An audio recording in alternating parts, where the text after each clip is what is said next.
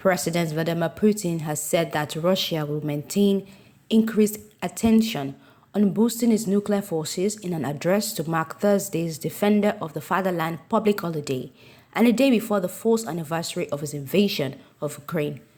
Putin's comments follow a suspension of a bilateral nuclear arms control treaty with the United States.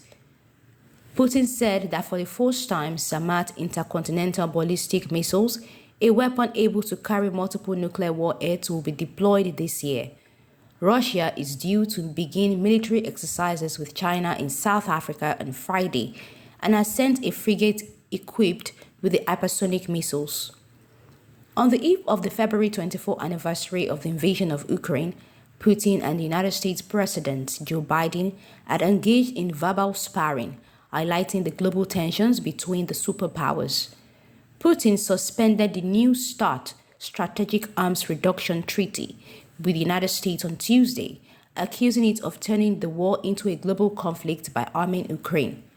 In a surprise visit to Kyiv on Monday, Biden said the United States and its NATO allies were defending democracy and freedom in Ukraine. In Warsaw on Wednesday, Biden warned the suspension of START was a big mistake, but said he doesn't think Putin would use nuclear weapons in such manner. A senior Russian defense official said that Moscow would stick to agreed limit on nuclear missiles and keep informing the United States about changes in its deployment. After meeting leaders of NATO's eastern flank in Warsaw, Biden promised that the United States will defend literally every inch of NATO, the military alliance that includes some Eastern European countries bordering Russia. The Kremlin says it regards NATO, which could soon expand to include Sweden and Finland, as an existential threat to Russia. The Ukraine war, the biggest land conflict in Europe since World War II, has displaced millions, left Ukrainian cities, towns, and villages in ruins, and disrupted the global economy. In two speeches last September, Putin had indicated that he would, if needed, use nuclear weapons to defend Russia. In other news, a TV journalist has been shot dead while reporting from the scene of a murder in Florida. They were covering the fatal shooting of a 20-year-old woman in Pine Hills at the time of the attack. Another reporter was injured while reporting at the scene, which is west of Orlando. Detectives also responded to a nearby property where a girl and her mother were found with gunshot wounds, and a 9-year-old later. A 19-year-old man was detained at the scene of the most recent shooting, and officials believe all three attacks are connected. The suspect has been identified as Keith Melvin Moses, and he has been formally charged with the murder of the first victim. Additional charges relating to the other 4 victims are set to follow. So this morning at 11 a.m., deputies responded to the 6100 block of Hialeah Street in reference to a shooting. Once there, they found a woman who was in her 20s who was shot and succumbed to her injuries. Our homicide detectives responded to that scene, conducted follow-up, collected evidence, and developed good leads on the suspect in that case this morning. At 4:05, we received 911 calls about another shooting at that location and a shooting nearby.